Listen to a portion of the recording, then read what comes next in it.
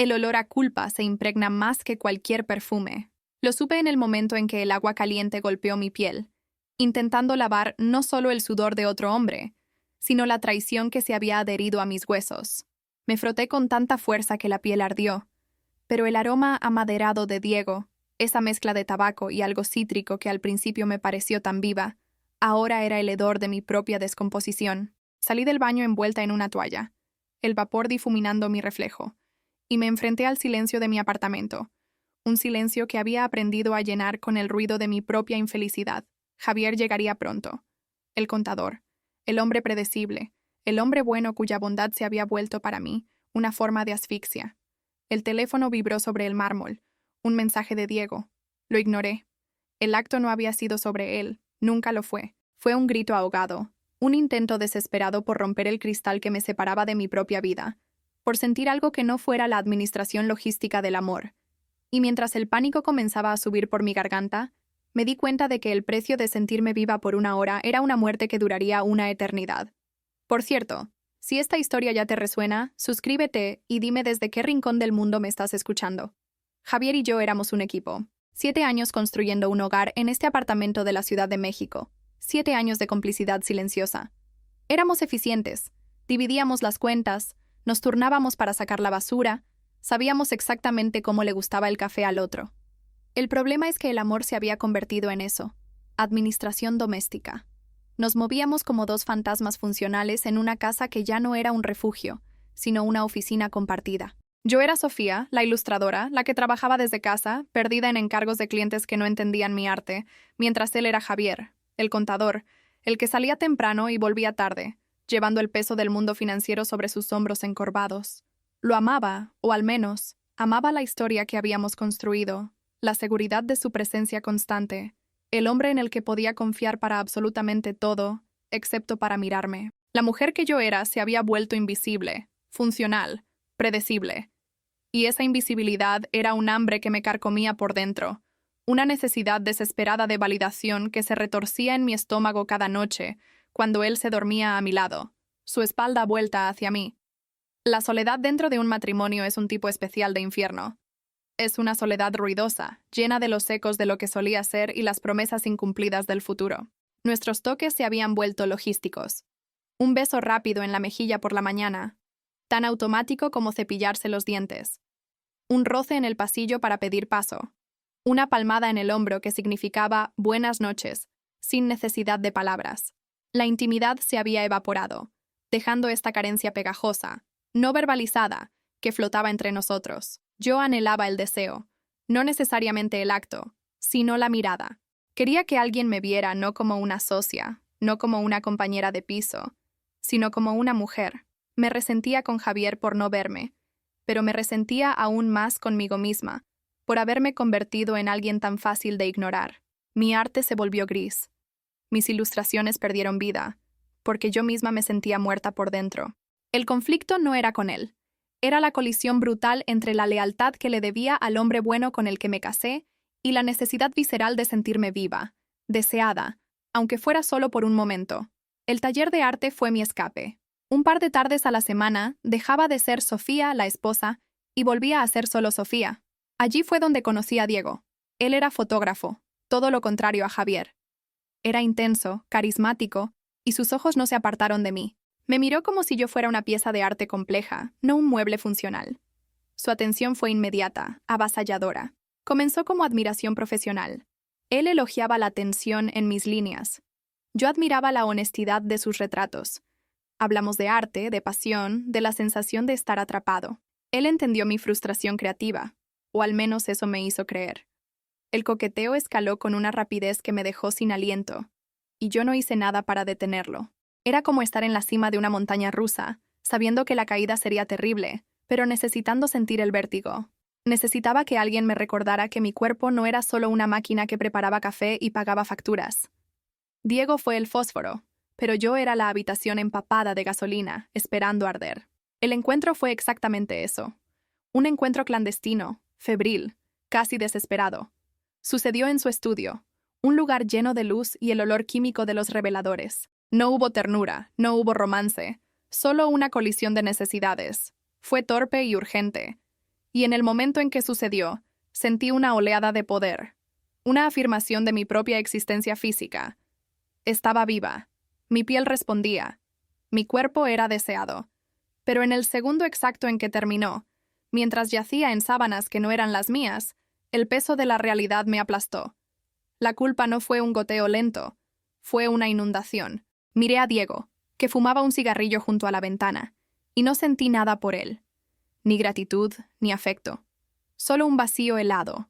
Me había usado a mí misma, usando su cuerpo para confirmar mi propia existencia. Y al hacerlo, había destruido la única cosa sólida que me quedaba. Me vestí en silencio, el ruido de la cremallera de mis jeans sonando como una sentencia de muerte en la habitación silenciosa. Salí de allí sintiéndome más invisible que nunca. Llegué a casa, la ducha, el agua hirviendo, el intento fallido de borrar su olor. Estaba en la cocina, con el cabello mojado goteando sobre mi camiseta vieja, mis manos temblando mientras intentaba prepararme un té. La tensión en mi cuello era tan aguda que apenas podía tragar. Fue entonces cuando Javier llegó a casa, más temprano de lo habitual. Lo oí dejar las llaves en el cuenco de la entrada. El sonido familiar que normalmente me traía una sensación de calma, pero que hoy sonaba como una alarma. Entró en la cocina y sonrió. Una sonrisa cansada, pero genuina. «¡Hueles bien!», dijo, refiriéndose a mi champú. Y entonces hizo algo que no había hecho en meses. Se acercó por detrás, deslizando sus manos por mis brazos en un gesto raro de afecto a mitad del día, y bajó su rostro para besar mi hombro. Y mi cuerpo reaccionó antes que mi cerebro. Me tensé, me congelé, y me aparté bruscamente, como si su toque quemara, como si su contacto fuera una profanación del crimen que acababa de cometer. El instinto fue más rápido que mi coartada. El silencio que siguió fue absoluto. Fue un silencio denso, pesado, lleno de todo lo que no estábamos diciendo. Javier retiró la mano como si hubiera tocado fuego. Se quedó allí, a 1 metro de distancia, completamente aturdido. Pude ver su confusión, la herida instantánea que se abrió en sus ojos. «¿Qué pasa?», preguntó, y su voz era baja, no acusatoria, sino genuinamente desconcertada. Yo seguía de espaldas a él, incapaz de girarme, incapaz de enfrentarlo. Si me miraba a los ojos, lo sabría. «Nada», logré decir, mi voz un susurro estrangulado. «Solo... me asustaste. Estaba distraída. La mentira fue débil, patética. Colgaba en el aire entre nosotros, tan obvia como el olor a culpa que yo creía que aún emanaba de mi piel». Él no dijo nada más. Asintió lentamente. Aunque yo no podía verlo, podía sentir su retirada. Se sirvió un vaso de agua y salió de la cocina. En ese momento, en ese rechazo instintivo a su toque, supe que había erigido un muro, y no tenía idea de cómo derribarlo. A partir de ese instante, la dinámica de nuestra casa cambió. El silencio que antes era cómodo, de compañeros, ahora era un silencio hostil, un campo minado. Javier dejó de intentar tocarme. Completamente. El beso de la mañana se convirtió en un murmullo. La palmada en el hombro desapareció. Caminaba alrededor de mí con cautela, como si yo fuera un animal herido que pudiera morder. Y yo, ahogándome en mi propia culpa, era incapaz de dar el primer paso para cerrar esa brecha. Cada vez que él mantenía su distancia, una parte retorcida de mí lo interpretaba no como una reacción a mi rechazo, sino como desinterés. Era la misma narrativa que me había llevado a los brazos de Diego. «Ves, no le importas, no te desea». Irónicamente, mi traición estaba creando la profecía autocumplida. Estaba alimentando la justificación de mi acto con las consecuencias directas de ese mismo acto. Me estaba convenciendo a mí misma de que él ya se había ido, cuando en realidad yo lo había empujado. Los días siguientes fueron una tortura de normalidad fingida. Hablábamos del clima, de las noticias, de la lista del supermercado, pero la casa estaba muerta. La tensión era tan espesa que podía cortarse.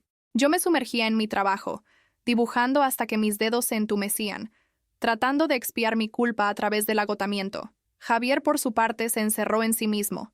Su pragmatismo habitual, su naturaleza gentil, se endureció. Se volvió aún más contenido, sus emociones guardadas bajo llave. Yo lo observaba desde el otro lado del sofá, viendo cómo miraba la televisión sin verla, y me preguntaba qué estaba pensando. ¿Sospechaba algo? ¿O simplemente estaba herido por mi rechazo físico, atribuyéndolo al estrés o a un bloqueo creativo, como siempre hacía? Su incapacidad para desconfiar de mí, su creencia fundamental en mi bondad, Se sentía ahora como un castigo. Era más fácil ser juzgada que ser tratada con una confusión dolorosa. Una noche, casi una semana después del incidente de la cocina, la presión se volvió insoportable. Estábamos cenando. El único sonido era el de los cubiertos contra los platos. No podía soportarlo más. Necesitaba una salida, una justificación, algo que me hiciera sentir menos monstruosa, y en mi desesperación, mi mente se aferró a la única posibilidad que me absolvería parcialmente. ¿Y si él también?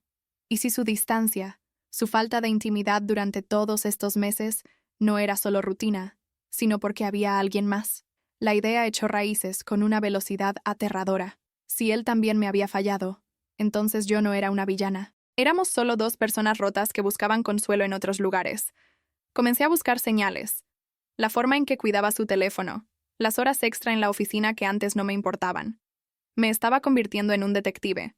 No buscando la verdad, sino buscando una excusa para mi propia traición. Esa noche, Javier se durmió primero, o fingió hacerlo. Yo me quedé despierta, escuchando su respiración acompasada, el océano de distancia entre nuestros cuerpos en la misma cama. La tentación era demasiado fuerte. Esperé hasta estar segura de que estaba profundamente dormido y me levanté. Fui a la sala de estar, donde él había dejado su computadora portátil cargando. Nunca, en 7 años, había invadido su privacidad. Habíamos construido nuestra relación sobre una base de confianza mutua. Pero esa noche, esa confianza ya estaba rota, y yo la rompí. Abrí la computadora. Mi corazón latía con fuerza contra mis costillas, una mezcla de culpa y una anticipación enfermiza. Esperaba encontrar correos electrónicos coquetos, mensajes de chat, reservas de hotel para uno. Revisé su historial, sus correos, sus redes sociales. No había nada, absolutamente nada. Solo trabajo, artículos de finanzas y correos electrónicos a su madre. Me sentí estúpida, y luego una ola de decepción. No había encontrado mi absolución. Estaba a punto de cerrar la computadora cuando algo en su escritorio llamó mi atención. Una carpeta que no reconocí. No estaba oculta, simplemente estaba allí, con un nombre que me heló la sangre. Se llamaba Viaje. Mi mente se disparó. ¿Un viaje? ¿Con quién? ¿Era esto? Abrí la carpeta. Mis manos temblaban tanto que apenas podía controlar el trackpad, pero lo que encontré no fue lo que esperaba. No había fotos de otra mujer, ni mensajes secretos. Había una reserva de avión para 2 personas, a Oaxaca. Las fechas eran para dentro de 2 semanas, coincidiendo exactamente con nuestro aniversario de bodas, una fecha que no celebrábamos de verdad, con más que una cena rápida, desde hacía años. Había una reserva en un pequeño hotel boutique, uno que yo le había mostrado en una revista hacía meses, diciendo casualmente que se veía hermoso. Y había un itinerario, lleno de visitas a galerías de arte, clases de cocina y reservas en restaurantes. La pantalla del portátil se volvió borrosa a través de mis lágrimas. El aire fue succionado de mis pulmones. Esto no era la prueba de su traición, era la prueba de su amor. Un amor silencioso, pragmático, que no se expresaba en grandes gestos diarios, sino en acciones planificadas. Javier, mi marido emocionalmente contenido, el hombre que yo había acusado en mi mente de apatía y desinterés, había estado ahorrando en secreto durante meses. Había estado escuchando mis comentarios casuales, tomando notas mentales de mis deseos. Él no se había rendido con nosotros. Mientras yo me quejaba de mi invisibilidad, él estaba activamente, silenciosamente, tratando de encontrar el camino de regreso hacia mí. Estaba planeando una sorpresa no para presumir, sino para reconectar, para intentar encender esa chispa que yo misma había apagado. Y yo, en mi necesidad egoísta de ser vista, lo había traicionado en el momento exacto en que él estaba preparando la luz para encontrarme en la oscuridad. La revelación de las reservas me golpeó con la fuerza de una violencia física. Fue un impacto sordo en el pecho que me dejó sin aliento. De repente, mi narrativa, la historia que me había contado a mí misma para justificar mi aventura, se desmoronó. Él no era un marido apático.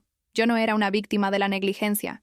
Yo era la arquitecta de esta destrucción. La culpa que sentí después del encuentro con Diego no era nada comparada con la vergüenza que me consumió en ese momento.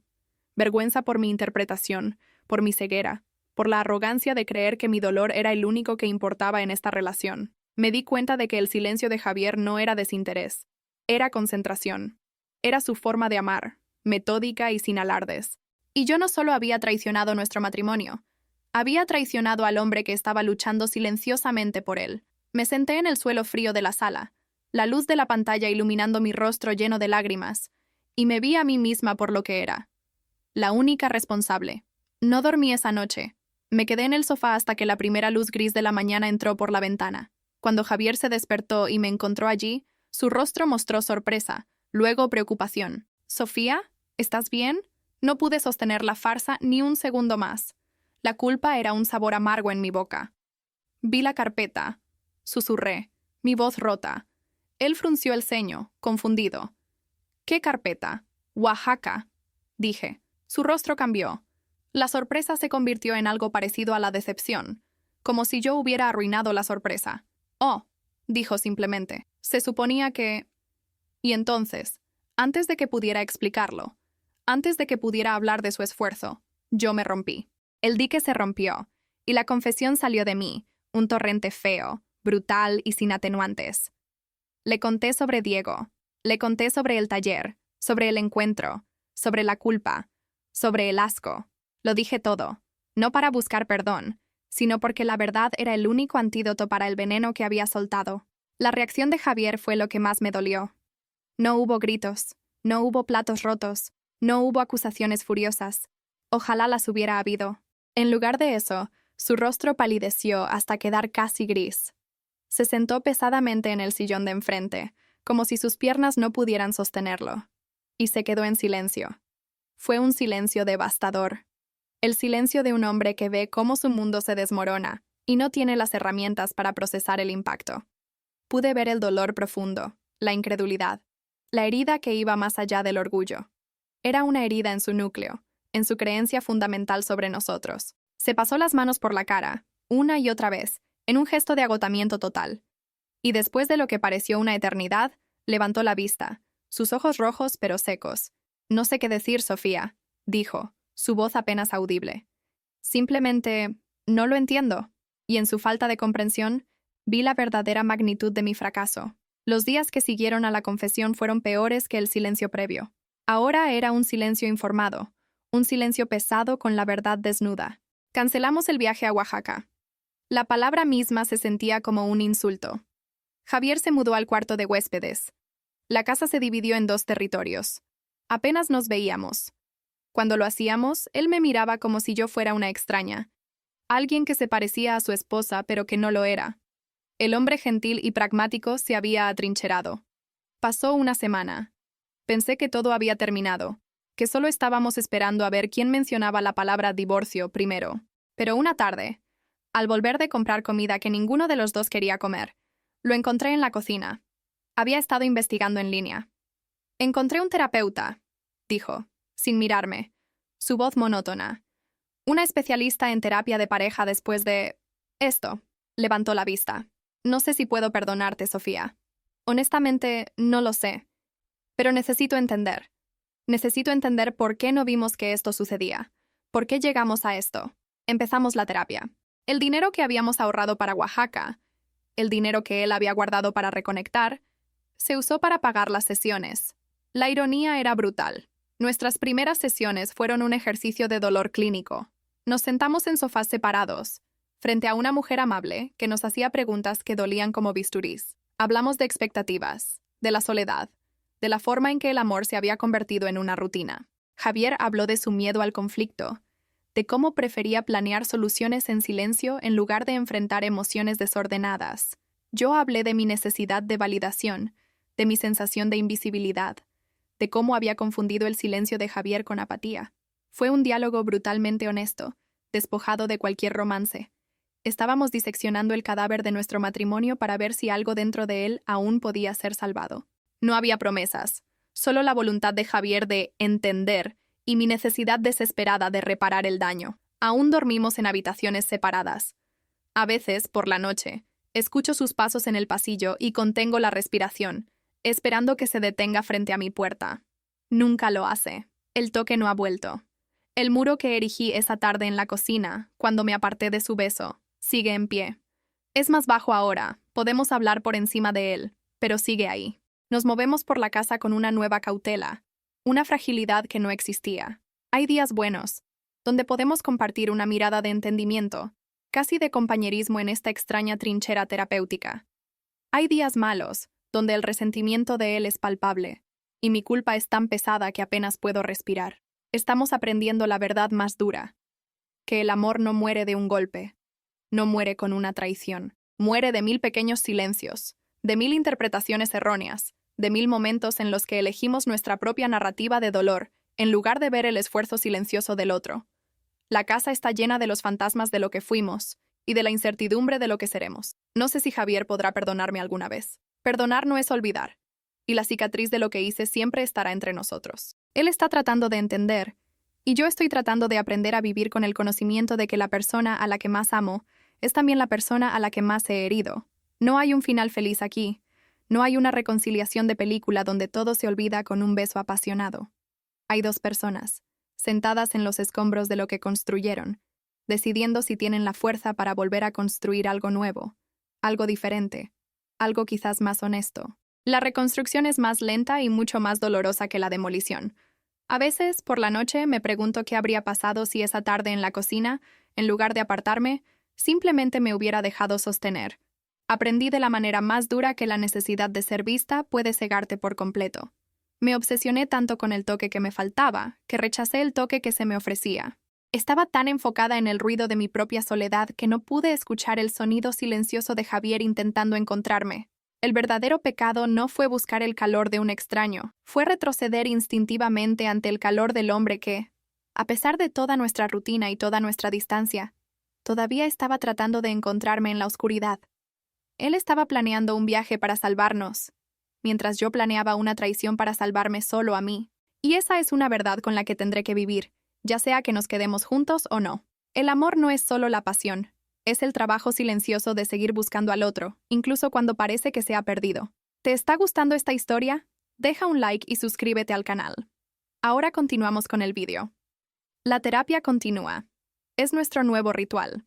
Hemos dejado de hablar del pasado, de la traición en sí, y hemos empezado a hablar del futuro, pero en términos hipotéticos. ¿Qué necesitaríamos para que el toque se sintiera seguro de nuevo? Javier admite que tiene miedo de tocarme, miedo de que yo vuelva a rechazarlo, y miedo de que, si me toca, sienta el fantasma de otro hombre. Yo admito que anhelo su toque, pero me siento indigna de él. La terapeuta nos da tareas. Sentarnos uno al lado del otro en el sofá durante 10 minutos, sin hablar, solo sintiendo la presencia del otro. Es incómodo, es forzado, pero es un comienzo. Es aprender a estar en el mismo espacio, sin que ese espacio esté lleno de dolor. Es un intento de construir un puente sobre el abismo que yo cavé. A veces, en esos 10 minutos de silencio forzado, lo miro de reojo. Miro el perfil de este hombre que conozco desde hace una década y siento que lo estoy conociendo por primera vez, con toda su vulnerabilidad expuesta. Una noche, hubo un pequeño avance. Estábamos viendo una película, cada uno en un extremo del sofá. Era una comedia, algo ligero, y hubo una escena genuinamente divertida. Ambos nos reímos. Y por un segundo, mi risa se encontró con la suya, y la mirada que compartimos fue la de antes. Fue un atisbo de Sofía y Javier, el equipo, la pareja que se entendía sin palabras. El momento pasó tan rápido como llegó, y ambos apartamos la mirada, volviendo a la seguridad de nuestra distancia. Pero algo se había roto, una pequeña grieta en el hielo. Esa noche, cuando me fui a mi habitación, él dijo: «Buenas noches, Sofía». No fue el murmullo automático de antes, fue deliberado. Y yo respondí: «Buenas noches, Javier». Y en ese intercambio, en ese reconocimiento mutuo, sentí la primera molécula de esperanza. No era perdón, ni reconciliación. Era solo coexistencia. Era la posibilidad de que el hielo, eventualmente, pudiera derretirse. El camino por delante es largo, no hay garantías. Javier me lo ha dicho. Estoy aquí, estoy intentándolo, pero no puedo prometerte un resultado, Sofía.